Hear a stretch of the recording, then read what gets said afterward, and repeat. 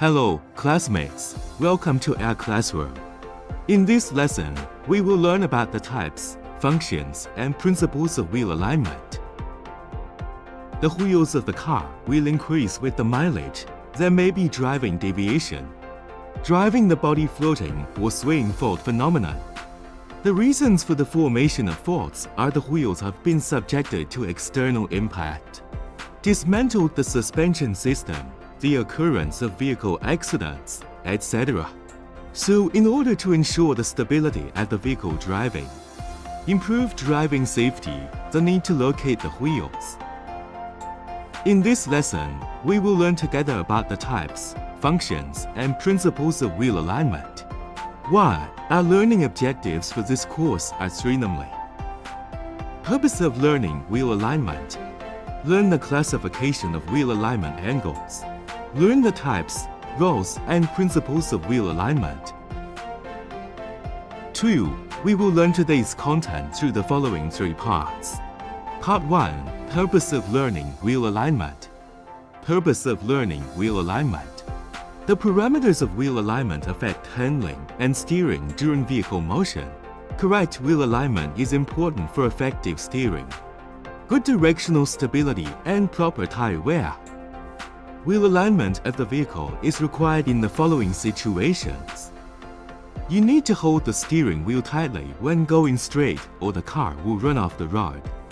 Abnormal tire wear, such as tire wear on one side or bumpy, feathery wear. Steering wheel too heavy or too light when steering and steering wheel shaking when driving fast. After the vehicle is replaced with steering knuckles and suspension parts such as dampers, after a vehicle collision, when a new car has traveled 10,000 kilometers. Other necessities. Part 2. Classification of wheel alignment angle learning. Classification of wheel alignment angles. Automobile steering wheel. Steering knuckle and front axle installation between the three have a certain relative position. This has a certain relative position of the installation is called steering wheel positioning, also known as front wheel positioning. Front wheel alignment mainly includes main pin rear camber, main pin camber, front wheel camber, front wheel front beam. This is for the two steering front wheels. For the two rear wheels are also the same, and the rear axle installed between the relative position, called rear wheel alignment. Front wheel alignment and rear wheel alignment together are called wheel alignment for wheel alignment. Part 3. Study the types, functions, and principles of wheel alignment. Wheel camber. The camber angle of a wheel refers to the angle at which the center line of the wheel tilts inward or outward relative to the ideal vertical line of the car's front view, as shown in the figure. If the top of the wheel is tilted outward, away from the car, the wheel camber angle is defined as positive camber. If the top of the wheel is tilted inward, leaning toward the car, the wheel camber is defined as negative camber. Front wheel front beam. Front beam refers to the difference between the distance between the leading edge and the distance between the trailing edge of the tires on both sides of the car, as shown in the figure. The front beam or positive front beam indicates that the leading edges of the two tires are closer together, while the reverse or negative front beam indicates that the trailing edges of the two tires are closer together. Unilateral front bundle anatomy. Unilateral toe-in is based on the center of the car as the reference point. Using the center line of the car as a reference line, measure the toe-in value of one side of the wheel, as shown in the figure. The vast majority of wheel alignment gauges measure the toe-in value using degrees. Determine the unilateral toe-in value by calculating the angle formed by the center line of the car and the parallel line of each wheel assembly. Negative steering front beam. The negative steering front beam, also known as the front wheel steering angle, as shown in the figure, refers to the amount by which one wheel deflects more than the other when the car is turned. Main pin rear angle. A car's main pin is the axis around which the steering wheel rotates, as shown in the diagram. On some early models, the main pin was a highly rigid steel rod around which the steering knuckle rotated on a center line.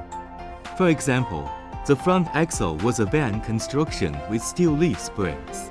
On modern cars, however, this component has been eliminated and replaced by the steering axis. A virtual line, a line of rotation from the steering bearing to the ball end of the lower swing arm. Main pin camber, also known as steering axis inclination psi, is the angle between the line between the two steering pivot points on the steering knuckle and the ideal plumb line, which is related to the arbor or hub. Thrust angle, as shown in the figure. Viewing the vehicle from the top view plane, assuming that there is an imaginary line within the vehicle extending forward from the center of the rear axle. The rear axle travel direction line defined by the two rear wheels together.